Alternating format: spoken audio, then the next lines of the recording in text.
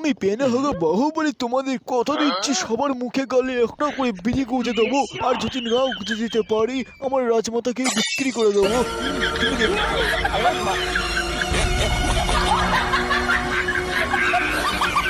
বাবা আমি তোমায় কথা দিচ্ছি আমি আর তোমার পকেট থেকে বিড়ি চুরি করে খাবো না। এর বদলে আমাকে 20 টাকা দিয়ে দাও। আমি গেঁজা খাবো বন্ধুদের সাথে। তাড়াতাড়ি দাও না বাবা। আর সালা দেখবি সালা মেরে এখন নাক ফাটিয়ে দেবো। অত পাকা কেলানি ছেলে সালার নাক টিপলে দুধ বেড়ে সে সালা আবার গেঁজা খাবে। এই সালা টাকলা বাবা বলে মারবো না কিন্তু তোর টাকে গু ছুঁড়ে মারবো। মন্ত্রী বাহুবলীর বউ কি করেছে? বাহুবলীর বউকে ধরে এনেছো? মহারাজ আমি সকালে ছান করে বাথরুমে আমার স্ল্যাক্স প্যান্টটা খুলে ধুয়ে দিয়েছিলাম, আর বাহুবলীর বউ সেটা নিয়ে পালিয়েছে। আপনার বোনের পাত শুকার জন্য আমি সব কিছু করতে পারি। তোকে আমি 4টে মূলো একসঙ্গে দেবে, তোকে একসঙ্গে খেতে হবে সালা। তুই কি পারবি? সেই মূলো খেয়ে আমার বোনের মতন জোরে পাততে হবে, পারবি?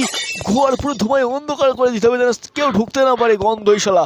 সেই গন্ধ তোকে শুকতে হবে, খেতে হবে, সারাদিন বল ভাত খেলে হবে না। বলছি সালা ও কি পারবে এসব করতে? কেন পারবে না?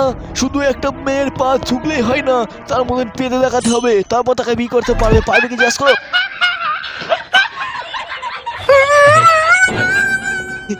আমার বাবা অর্থাৎ তোমার বন্ধু চিঠি পাঠিয়েছে। আমি সত্যি ন্যাংটা বালাকার বন্ধু বলছি, চিনতে পারছিস? আমার ছেলেকে তোর কাছে পাঠিয়েছি, ভালো করে ওকে কাজপত্র শিখিয়ে নিস। হ্যাঁ আমার ওই মাল ছেলে এত বড় হয়ে গেছে তাও এটা বিড়ি টানতে পারে না, ওকে বিড়ি টানতে শিখিস না, তোর গালে ঠাটিয়ে চড়বো, মেরে দেবে।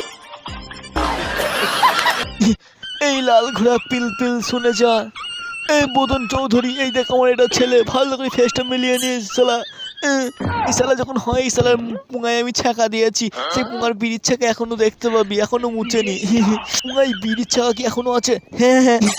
আর তার সাথে মাল খাওয়াটা একটু শিখিয়ে দিস, আমাদের কি এখানে মাল তৈরি হয়তো শালা খেতে পারে না, একটু ভালো করে শিখিয়ে দিবি, ভালো মাল খাবো আমি। লবি তোমার আর আমার গেঁজা খাওয়ার হলো না কো? কেন?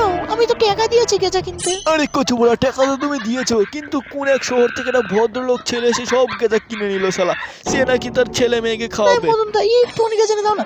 না না যাওয়ারও কোনো শেষ নেই, মার খাওয়ারও কোনো বয়স নেই। মার যদি না খেতে শালা ঘরে চুপচাপ বসে থাক, নাহলে না খেলে শালা ফেবিকুইক ঢুকিয়ে দাও শালা। पैसा ही पैसा होगा।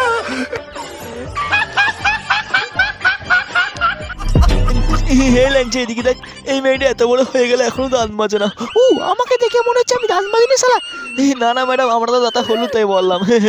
ও তাতে হলুদ বলে তাই বলে এই বলবেন শালা? শালা মাই chamber is coming right now. Madam মনে হয় আজকে আমাকে দাঁতে হলুদ ছাপ করিয়ে নেবে।